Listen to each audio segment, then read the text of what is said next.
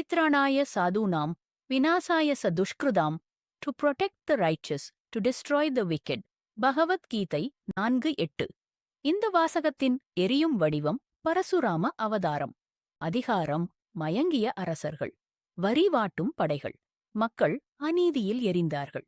அந்த கணம் விஷ்ணு பிராமண போராளி ரூபத்தில் தோன்றினார். கோடரி மின்னியது. அநியாயம் செய்கின்ற ராஜாக்களை மூலோடு வெட்டி நீக்கியார். பரசுராமன் 21 முறைகள் பூமியை சுத்தப்படுத்தினார் என்று மரபு சொல்கிறது. அது வெறும் கோபம் அல்ல, தர்மத்தின் டீப் கிளீன். அவரின் கோடரி ஒரு செய்தி. அதிகாரம் தர்மத்தை சேவிக்கட்டும், இல்லையெனில் தர்மம் தாக்கும். பரசுராம அவதாரம் அநியாயத்தை எதிர்க்க தைரியம் வேண்டும். அதுதான் தர்மத்தின் ஆயுள்.